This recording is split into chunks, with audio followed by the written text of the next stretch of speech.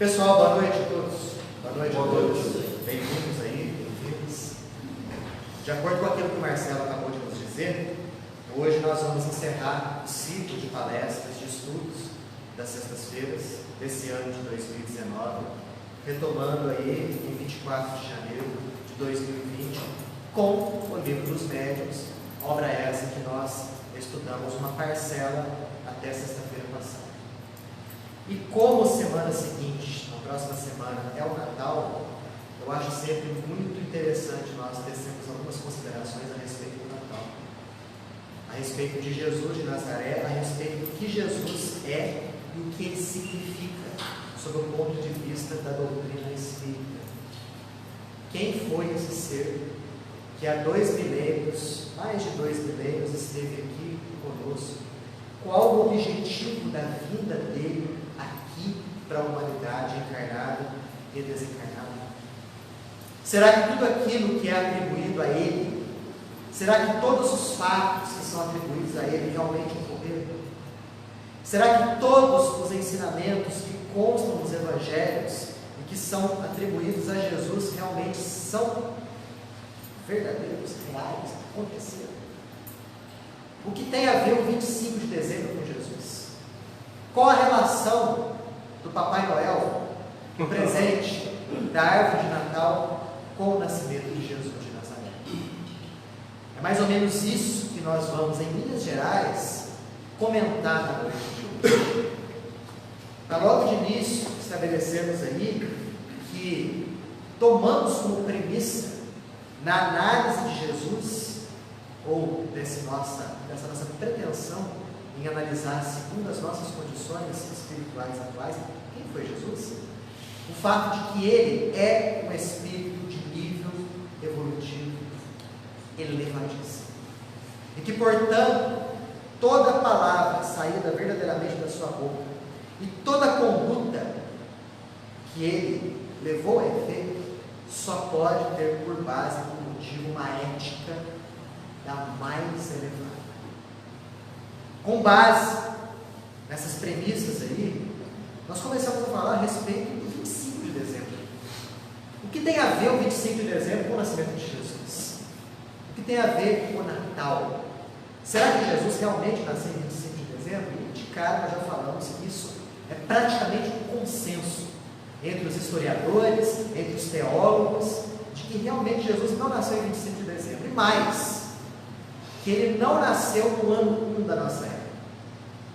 Estudos bem fundamentados indicam que Jesus nasceu cerca de 6 ou 7 anos antes da época que é estabelecida, o ano 1. Portanto, se nós levamos em conta que ele nasceu 7 anos antes, que realmente é nos colocado, nós não estamos em 2019, nós estamos em 2026. Primeiro, vamos dizer assim, o primeiro erro já está justamente aí. Como é que é? Ele não nasceu no ano 1, ele nasceu mais ou menos 6 ou 7 anos antes dessa época.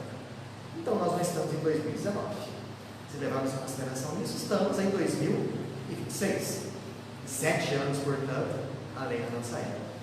E também é consenso de que ele não nasceu em 25 de dezembro. Os estudos indicam que ele nasceu mais ou menos em março, abril. E isso é muito simples de nós considerarmos, porque nessa época, dezembro, agora, lá na região da Palestina, lá na região de Israel, é inverno, e chega a fazer muito frio, em alguns pontos, um frio que chega até a nevar.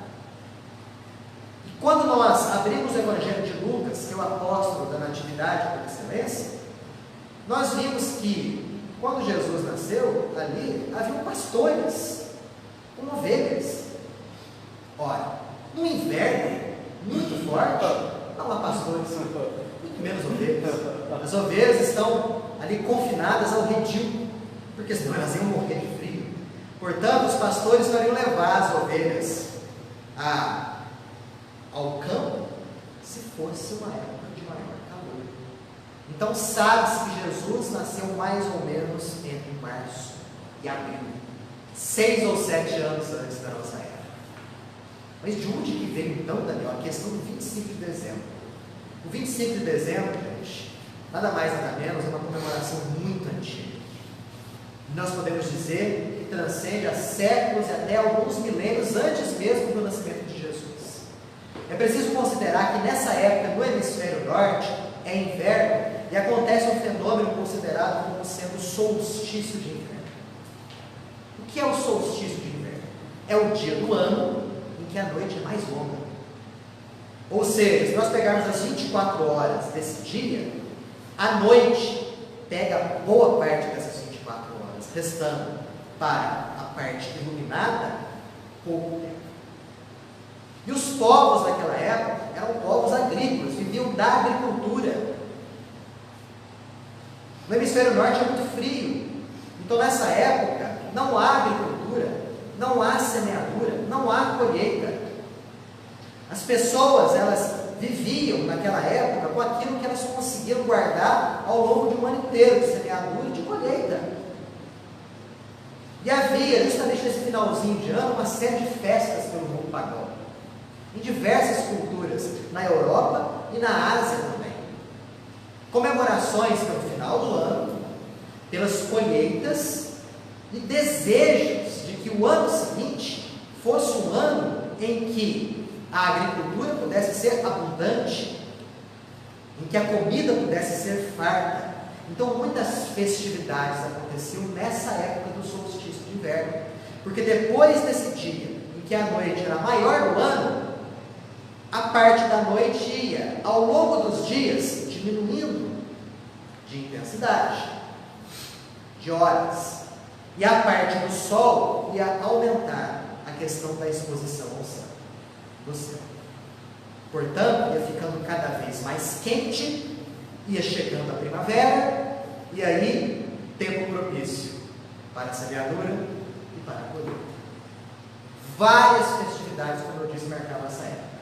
E uma delas era muito famosa, mesmo porque o Império Romano dominava o mundo antigo na época de Jesus. A festividade desse final de ano lá em Roma chamava-se de Saturnália. Era uma festa em homenagem ao deus Saturno, o deus dos romanos, relacionado ao tempo e também à agricultura. A Grécia recebeu o nome de Cronos.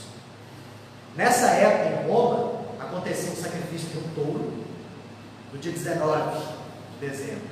E durante 7 dias, culminando aí com o 25, festas e mais festas, dentro e fora das casas, banquetes.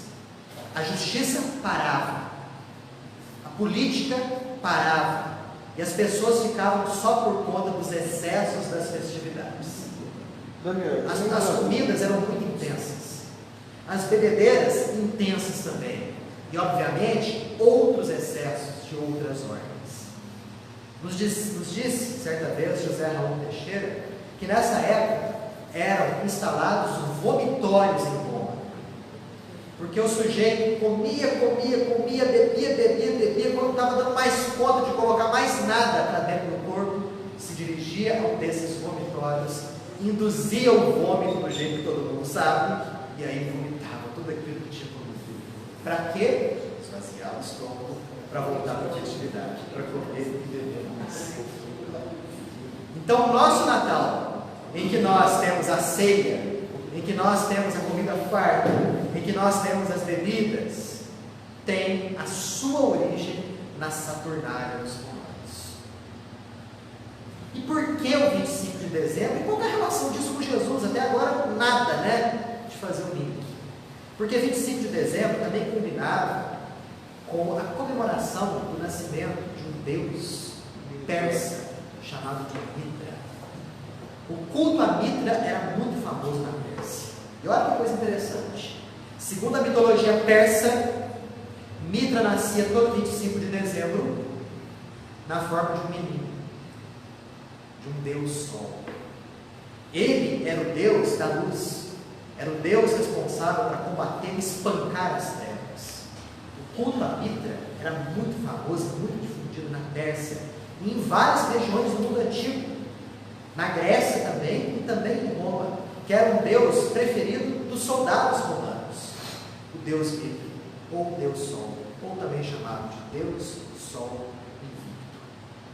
A Saturnália dos romanos combinava com o 25 de dezembro, porque naquela época ali, 25 de dezembro, comemorava-se o nascimento de Mitra. Então fundia-se as duas festas. Mais festa ainda.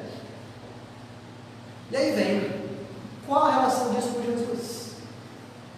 O que isso tem a ver com o nascimento dele, já que nós sabemos que ele nasceu em março, abril? Tem a ver pelo seguinte, pessoal. Quando a Igreja Católica começou a se estruturar, a construir os dogmas, e estabelecer as bases do seu poder temporal, obviamente o que ela mais queria era adeptos. E ela lançava a mão de uma tática que foi muito feliz, que era pegar cultos pagãos, que não eram cultos cristãos, e dar significados cristãos a esses cultos pagãos. Porque isso facilitava a adesão do povão ao cristianismo, ao catolicismo nascente. Por quê? Se os donos da igreja naquela época, se os cabeças pensantes chegassem para o povo e falassem o seguinte: ó, a partir de agora acabou a Saturnália, nada de Saturnália, esquece, nada de festa. Obviamente as pessoas não iam gostar, de modo algum. Iam ser refratárias à nova fé. E eles foram muito espertos. O que eles fizeram? Olha, a partir de agora não tem mais Saturnália. Mas tem o Natal, o nascimento de Jesus. Vai ter festa do mesmo jeito? Vai ter festa do mesmo jeito. Tudo bem. Muda só o nome, mas a festa continua do mesmo jeito. Como o culto a Mitra era muito famoso, eles simplesmente mudaram o nome. Ó, a partir de agora, em 25 de dezembro, você não vai comemorar o nascimento de Mitra. Não, nascimento de Jesus de Nazaré. Vai ter festa? Vai. Vai ter mudança? Vai. Vai. Continua tudo do mesmo jeito. E foi por conta disso que o Natal, desde essa época, desde o século IV, V, depois do nascimento de Jesus, passou a ser comemorado em 25 de dezembro, com a festa que nós conhecemos nos dias de hoje. E então, tudo aquilo que está em torno do Natal vem de movimentos pagãos. Por exemplo, a árvore de Natal. Era muito comum os povos pagãos das diversas culturas europeias cultuarem a árvore. Os celtas, por exemplo, cultuavam o carvalho. Os romanos cultuavam o abeto, que aliás, na época da Saturnália, essas árvores em Roma eram, vamos dizer assim, enfeitadas com cerejas negras, redondas. Daí de onde vem as bolas de Natal que a gente coloca na árvore. No Egito, uma outra árvore lá era cultuada. Enfim, como as árvores eram enfeitadas nas Saturnálias, trouxemos esse costume até os dias de hoje. Alguns falam, inclusive, que a questão da árvore de Natal veio um pouco mais tarde, com Martinho Lutero, em que ele, certa vez, andando pelas florestas de Pinheiro à noite, ficou extasiado com a beleza dos pinheiros, todos cobertos com neve, e com aquelas estrelas bonitas no firmamento. Ele ficou tão maravilhado com aquilo ali que quis mostrar isso para a família. Então ele pegou vários galhos de pinheiro, levou para casa, enfeitou com algodão, colocou algumas velhinhas pequenininhas penduradas para mostrar para a família que ele havia visto lá fora. E aí alguns dizem que o costume da árvore de Natal vem também de Martinho Lutero, e aliás, o mesmo Martinho Lutero da Reforma Protestante. O presépio vem do século XIII, Francisco de Assis, que pediu autorização do Papa de simular o nascimento de Jesus. Aí nós não vemos algo tão pagão assim, algo já bem na vibe aí do cristianismo. Inclusive o presépio ali foi com animais reais, né? Com vaquinhas e carneiros e ovelhas lá reais. O costume perdurou até os dias de hoje. As luzes, como as luzinhas de Natal, as velas, são uma referência ao pôr do sol. A guirlanda, que é aquele enfeite circular que nós penduramos nas portas, nada mais é do que uma referência à vitalidade do mundo vegetal. Novamente aquela festa pagã, querendo, desejando um bom ano seguinte, com uma farta colheita. Isso daí, a guirlanda. E de onde que vem a questão do Papai Noel? O Papai Noel, segundo alguns dizem, foi um sujeito muito bom por isso, que teria vivido na Turquia por volta do século 4 depois de Cristo. Alguns falam em Roma, no século V. Outros falam na Alemanha, no século VI.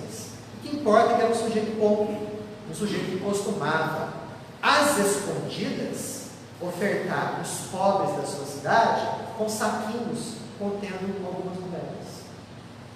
Ele depois foi canonizado, virou santo, mas o costume permaneceu muito fortemente na Alemanha. Daí que vem aquela história de que o Papai Noel vem à noite, às escondidas, levar presente para as crianças. O culto se espalhou por toda a Europa, Inglaterra, passou para os Estados Unidos, chegou para nós aqui.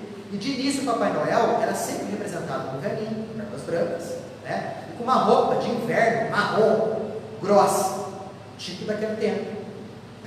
Inverno, roupa grossa, marrom. No finalzinho do século XIX, uma campanha publicitária da Coca-Cola colocou o Papai Noel com as cores do refrigerante, o branco e o vermelho. E o negócio pegou, o pessoal adorou, ao invés do marrom, branco e vermelho, ficou muito mais bonito. E a partir de hoje, daquela época, até nos dias de hoje, o bom velhinho tem as cores da Coca-Cola, porque o pessoal gostou. O que isso tem a ver com Jesus? Rigorosamente nada. Absolutamente. Fala. Não fez nada. Então, lá nos Evangelhos, fala que Jesus, recém-nascido, recebeu a visita de uns reis. Inclusive, não se fala lá, o número era 3, mas de alguns indivíduos, sabendo do nascimento dele, os magos, eram reis, eram alguns magos, saindo do Oriente, porque conheciam as profecias da vida de um ser de condição evolutiva muito grande, para fazer a visita a Jesus. Daí também a ideia dos 3 magos foi incorporada ali, levando presentes a Jesus, no imaginário do Natal. Daniel, e sobre aquele fato de Jesus o ser nascido de uma mulher virgem? Vamos chegar agora. Vamos chegar agora. E conforme a gente viu, a questão do Natal é uma questão simplesmente ilusória. Pegou-se uma comemoração pagã e adaptou-se para que o pessoal ficasse realmente adepto ao catolicismo e ao cristianismo ali nascente. Mas esse fato não diz respeito a Jesus. Como outros fatos da vida de Jesus também não dizem respeito a ele. Muita coisa que consta nos evangelhos, embora muita gente boa considere os evangelhos, a Bíblia, como sendo a palavra de Deus e a última palavra, sem ser questionada, em verdade, muitos fatos lá não existiram. Foram falsos. Houve muita interpolação, muita deformação dos textos, principalmente do Novo Testamento. Do Novo Testamento, principalmente dos Evangelhos. E por quê? Porque aqueles que escreveram a respeito da vida de Jesus, os discípulos dele e os continuadores dos discípulos de Jesus, eles não eram historiadores.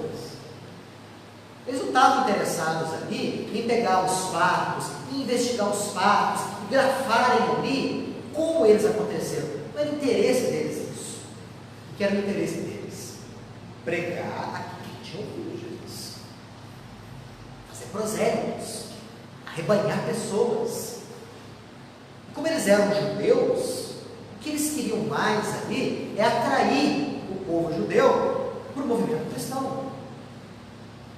Então, muitos fatos que são tidos como verdadeiros e reais da vida de Jesus não aconteceram. Foram fatos inventados para mostrar para o povo judeu de que Jesus era o Messias prometido.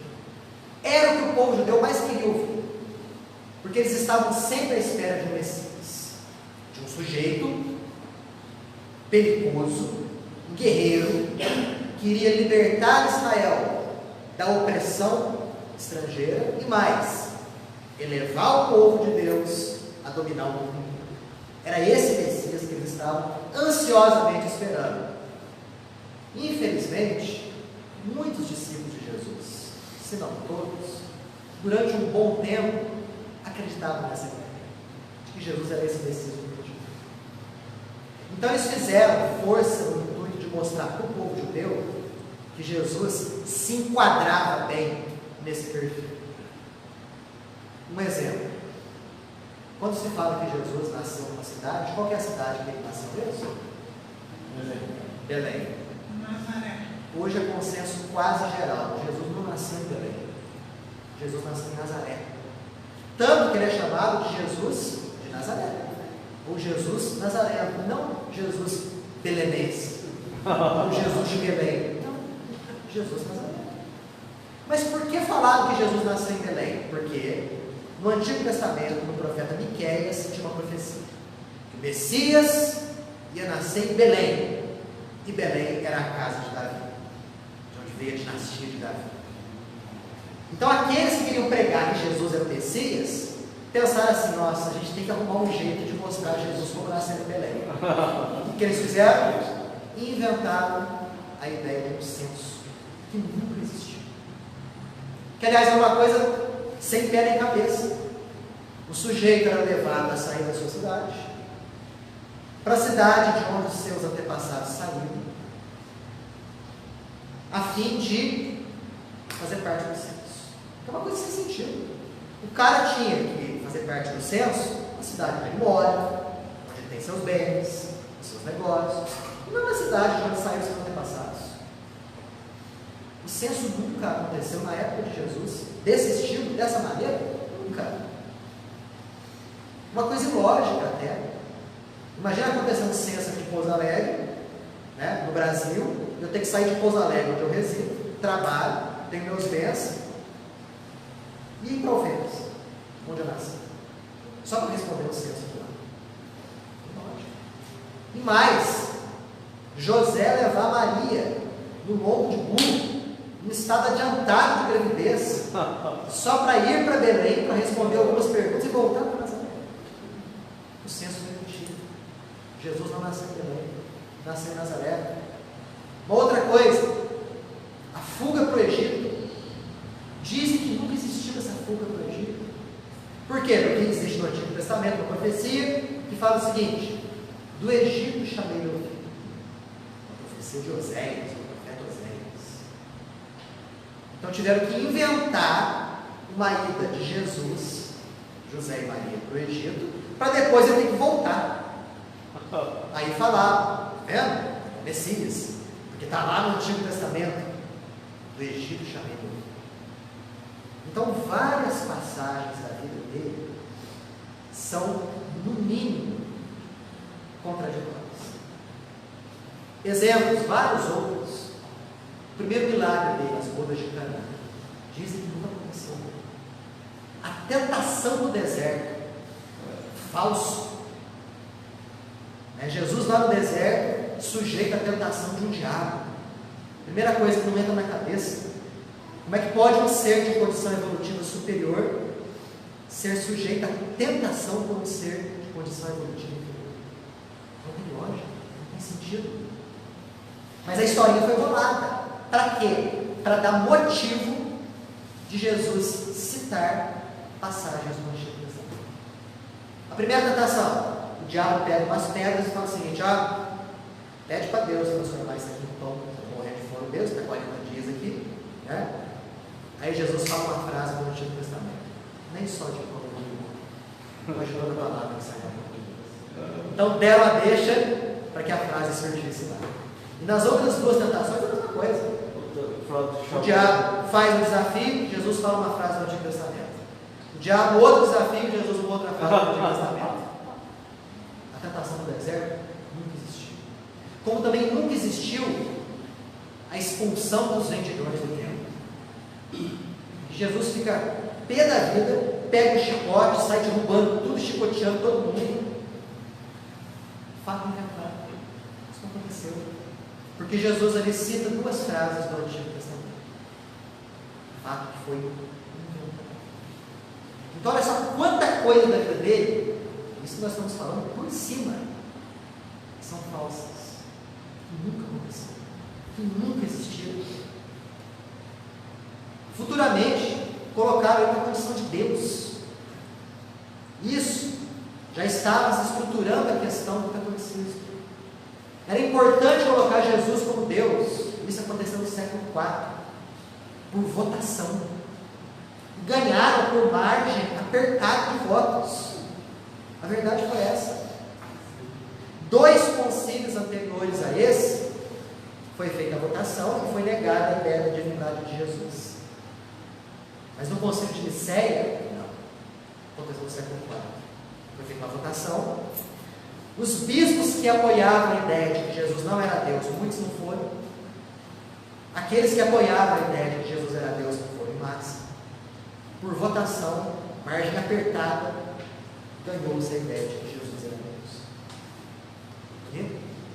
Porque toda religião pagã foi fundada por Deus. Não é possível que o cristianismo tenha sido fundado por um homem. Tem que ter sido fundado por Deus. Colocaram Jesus na condição de Deus. E não existe nenhuma passagem no Novo Testamento que sequer dá a entender de modo ali patente de que Jesus era Deus. Nenhum. Absolutamente. E óbvio, um Deus nascendo só pode nascer de um jeito diferente. Não pode nascer igual todo mundo aqui. Daí houve a necessidade de colocar a ideia do nascimento virginal. De que Maria não conheceu José, engravidou do Espírito Santo e permaneceu virgem, inclusive depois do nascimento de Jesus. Ideia falsa. Ideia simplesmente absurda. Porque até mesmo no Novo Testamento não existe uma passagem que sequer leve o indivíduo a pensar nessa possibilidade. Nenhuma. O que houve foi uma relação sexual normal e comum entre marido e mulher. E assim que houve a concepção, Jesus nasceu do mesmo modo que todos nós. Isso desmerece em algum momento a imagem dele, desmerece a vida dele, desmerece os ensinamentos dele. Mas tinha que colocar ele como Deus, nasceu de um jeito diferente. Aliás, ele teve irmãos, o que prova que, como era comum naquela época, Maria teve mais filhos, que são citados até nominalmente nos evangelhos, pelo menos 6.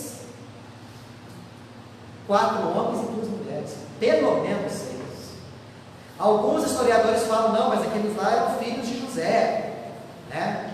Que eram chamados de filhos, mas não existe nada que leve o indivíduo a pensar dessa forma, analisando os textos do Evangelho. Jesus teve vários irmãos, que, aliás, de todos eles, um só que teria seguido Jesus na sua missão, foi Tiago. Quando Jesus morre, quem assume, aliás, a igreja de Jerusalém, que foi a primeira, né, na casa do caminho, foi Tiago. Não foi Pedro, não foi João, foi Tiago, porque ele era membro da família de Jesus. E Paulo, nas epístolas, cita Tiago como um irmão, humanamente falando, de Jesus. A ideia da Santíssima Trindade também, falsa, porque nas religiões antigas era muito comum as trincas de deuses. Na Índia era como? Brahma, Vishnu, Shiva. No Egito, Osíris, Ísis e Horus. Lá na região do norte da Europa, Odin, Riga e Thor. Deus do trovão, que está lá nos Avengers. Quer dizer, nas religiões antigas era muito comum as trincas de deuses. Poxa, está se criando uma religião agora com Deus só? Uma religião mais fraca. Vamos colocar mais 2 aí. E aí o dogma da Santíssima Trindade surgiu no século VI, depois de Jesus. O Espírito Santo é uma figura que não existe no Novo Testamento. Nos textos mais antigos não há a citação do Espírito Santo. Isso foi incluído na cara de pau nos textos, a fim de dar base, sustentação à ideia da Santíssima Trindade. Coisa que você não vê nas próprias palavras de Jesus. Estão percebendo? Quanta coisa que nos foi ensinada, quanta coisa que nos foi passada, que absolutamente não condiz com a verdade. Não condiz com a imagem, com a figura dele. Gente, é um malefício danado colocar Jesus como Deus, por exemplo. Porque Deus é algo inatingível. Quando Jesus falava, ó, perdoa não 7 vezes, mas 70 vezes 7 vezes. O cara ouvindo isso fala assim, poxa, mas para ele é fácil, ele é Deus. Eu não sou Deus, então nunca vou conseguir poder fazer isso. Agora, quando você coloca Jesus como um ser de elevada condição evolutiva, o foco muda. Aí você pensa, poxa, ele está falando perdoar em 70 vezes 7, ele é muito melhor do que eu. Mas eu posso atingir esse nível. É uma meta a ser alcançada, é um modelo a ser seguido. Deus não. Ninguém aqui vai chegar à condição de Deus. Deus é único, inatingível e todo-poderoso.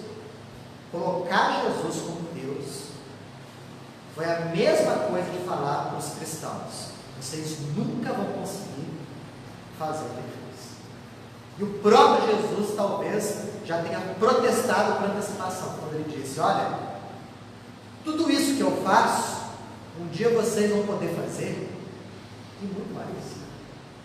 Quer dizer, olha, se Jesus é Deus, um dia a gente vai fazer a mesma coisa que Deus fez, e muito mais ainda. Não tem a mínima noção de hoje. Dessa forma que Jesus é colocado na doutrina espírita, como sendo aquele ser de elevado nível evolutivo. Sabe como que Jesus foi criado?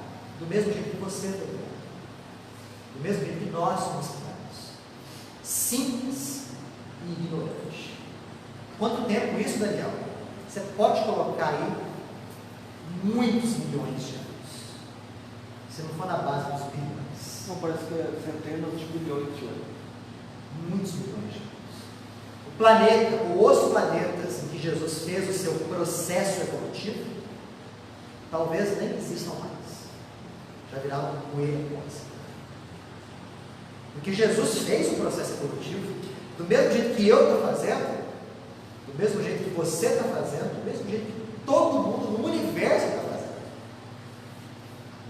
E quanto ao que a Martins fala acerca de Jesus ser o médium de Deus, certo? Se a gente for ver, Jesus era um intermediário, porque ele mesmo se colocava nessa condição de enviado de Deus. Aliás, a própria palavra Messias significa justamente isso, o enviado, como se fosse um embaixador.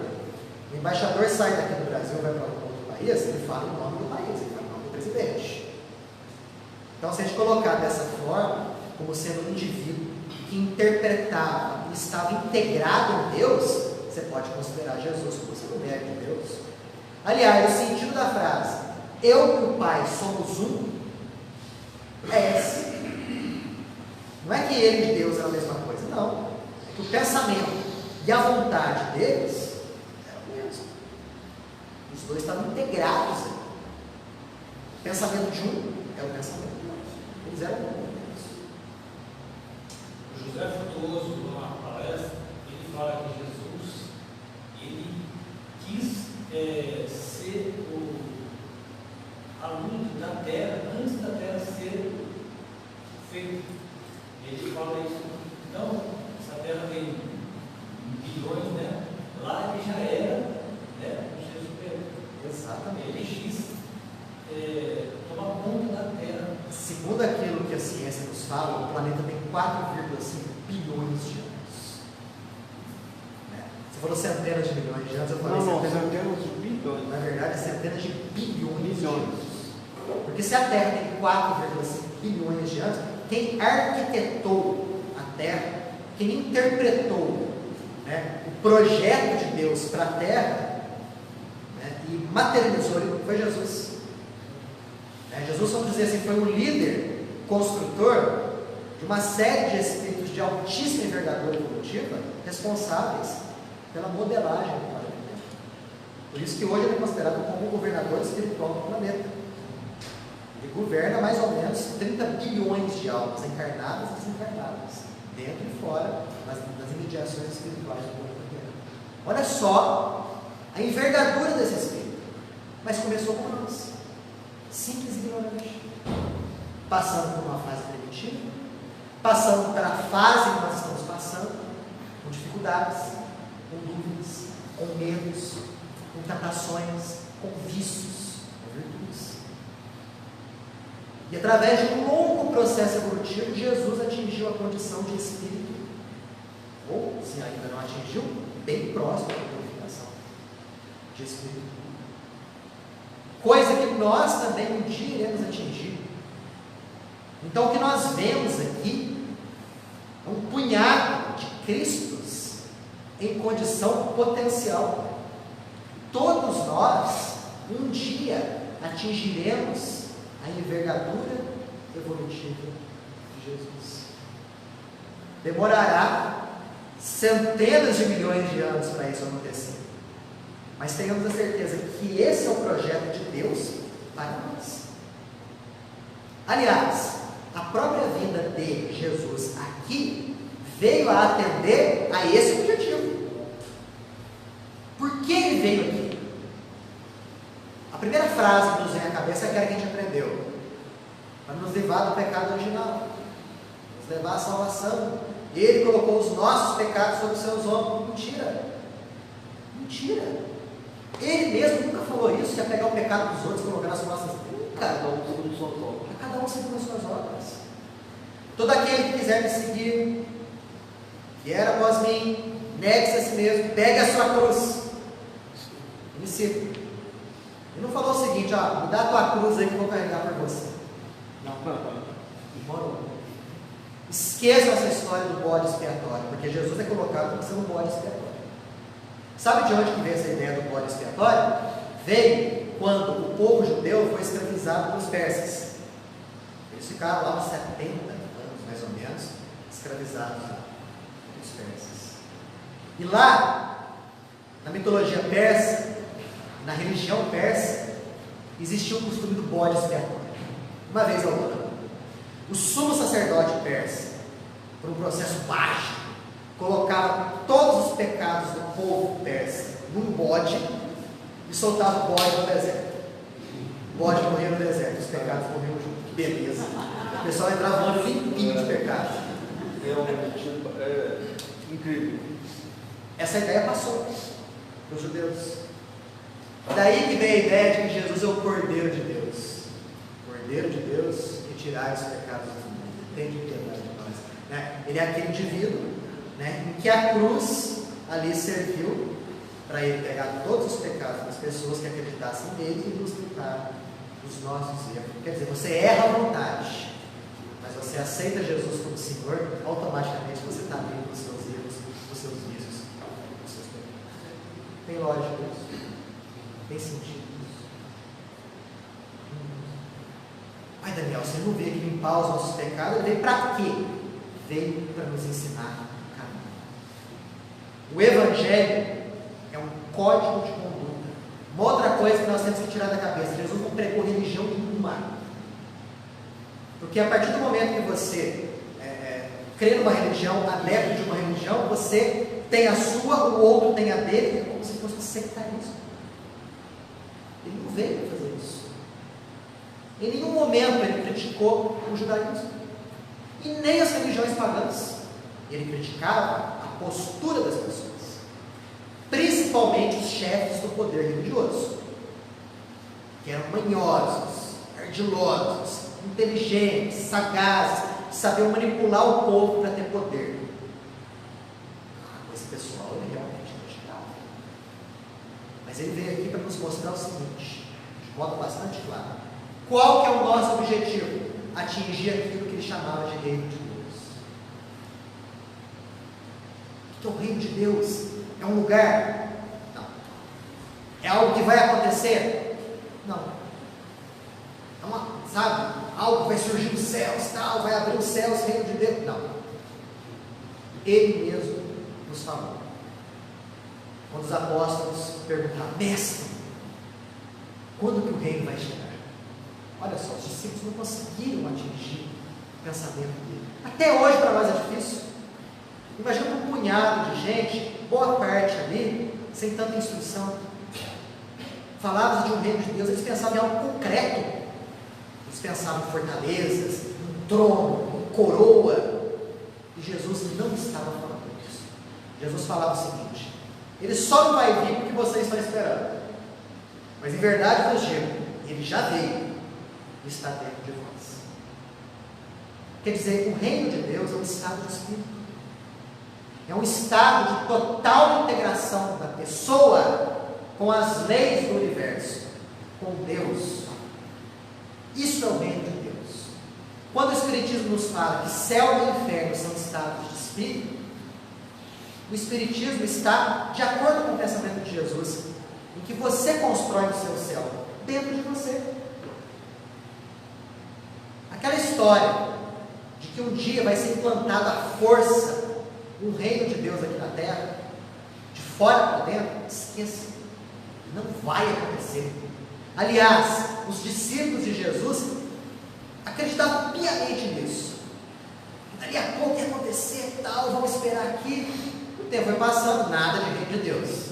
O tempo foi passando, nada de Jesus voltar pela segunda vez. Eles pensam, caramba, o que será que a gente está pensando em fazer? Talvez a partir daí que eles começaram a abrir o pensamento de que o reino de Deus não é nada disso, um estado de espírito. E mais, para você atingir esse reino de Deus, existe um caminho. E obrigatoriamente esse caminho é o caminho do amar a Deus sobre todas as coisas, e ao próximo como ti mesmo. É o caminho do amor. É o caminho da humildade, da tolerância. É o caminho do equilíbrio. É o caminho do desapego dos bens materiais. É o caminho do perdão. É o caminho da simplicidade.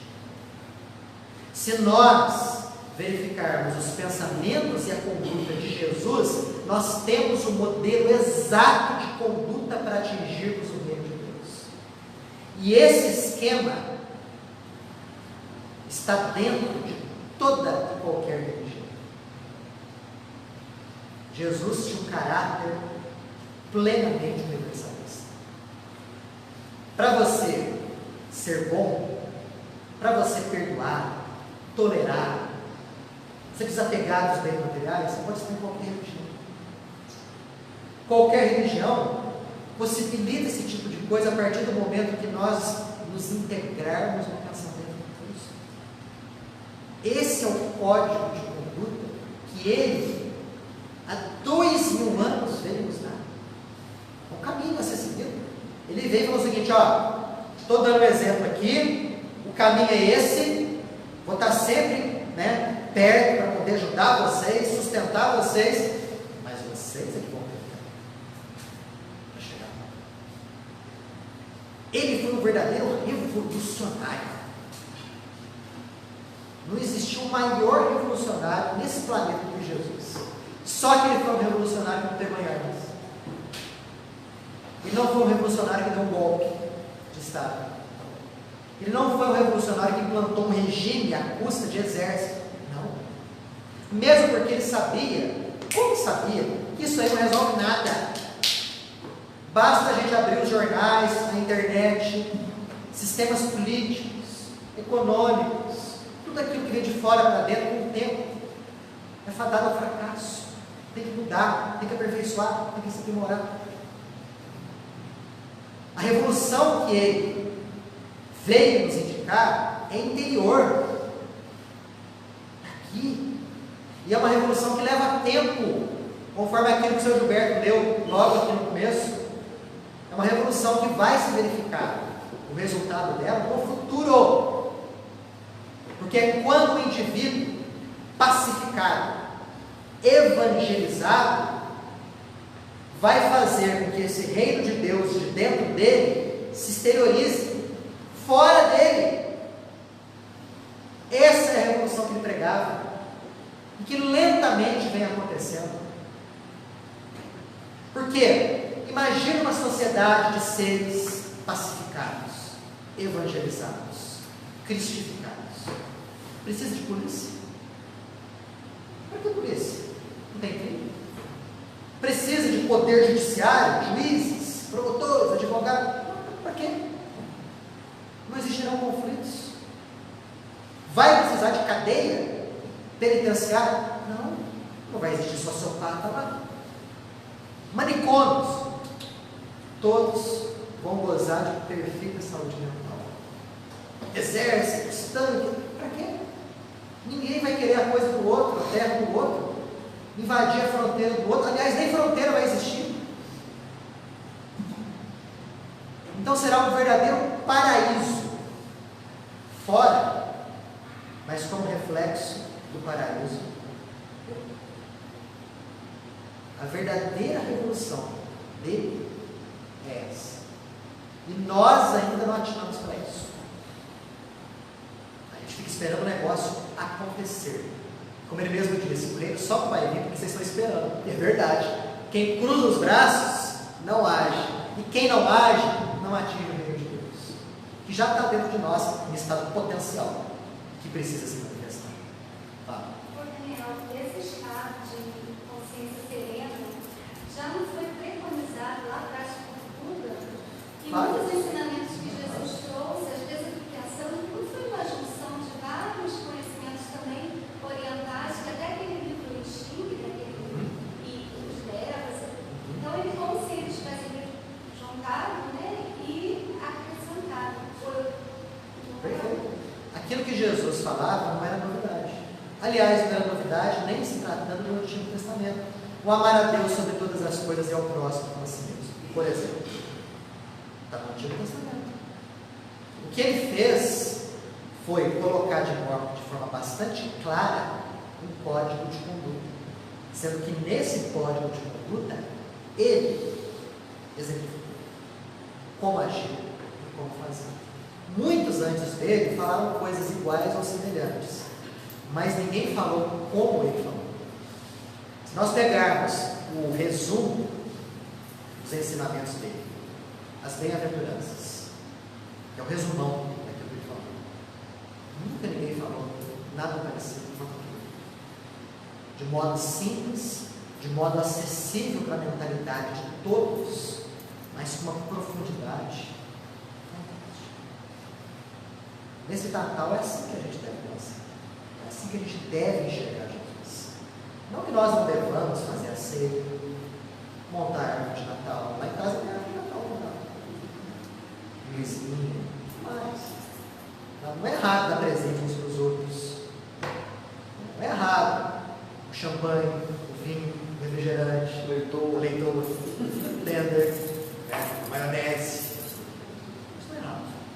Talvez o nosso erro seja em supervalorizar isso, em colocar isso como sendo o foco, o objetivo. Que loucura, né? Sai da cidade na véspera de Natal, você vê. Que loucura! As pessoas ficam doidas, comprar. Ficam nervosas, enraivecidas, o trânsito não anda, não tem lugar para estacionar, gente cotovelando nas lojas, assalto. Não, gente, isso não é Natal. Podemos fazer tudo isso, comemorar tudo isso, mas com um outro estado de espírito. Quem sabe seja uma época em que nós façamos aquele movimento de interiorização, aquele movimento de realmente pensar naquilo que ele veio fazer, pregar, porque é do interesse nosso. Todos nós aqui buscamos a felicidade. É que a gente está dando muito ponta de faca, batendo a cara na parede, de tanto insistir em séculos de erros, e daí o sofrimento que todos passamos. O sofrimento que você passa, boa parte dele vem dos erros que insistentemente estamos cometendo há séculos e mais séculos atrás, até nos dias de hoje. Por que não, a partir de hoje, pegar aqueles ensinamentos como modelo de conduta e buscar, na medida das nossas forças e possibilidades, agir conforme eles? Porque aí sim, nós vamos atingir esse estado de bem-estar. Porque não adianta nada o presente. Você ganha o presente hoje, você fica felicíssimo. Mas sai o cheiro de novo do presente, já esquece. Você come aquela ceia, né? Enche o barrigão, fica satisfeito. Não tem os vomitórios de Roma, mas tem Gove, né? Mas tem os Bicarbonato. bicarbonato da vida. Sorrisal. Né? Logo passa e fica tudo vazio de significado. O grande problema nosso com relação ao Natal talvez seja esse. Ficamos só com a casca do Natal. Esquecemos do cérebro, da profundidade espiritual dele. É essa a ideia que nós devemos ter no Natal, que é o Natal com Jesus. Ok, pessoal? Desde já desejo a todos excelente Natal. Igualmente. E o Mestre de Nazaré realmente renasce no coração de cada um de vocês, para que sejamos novos homens, novas mulheres. E assim seja.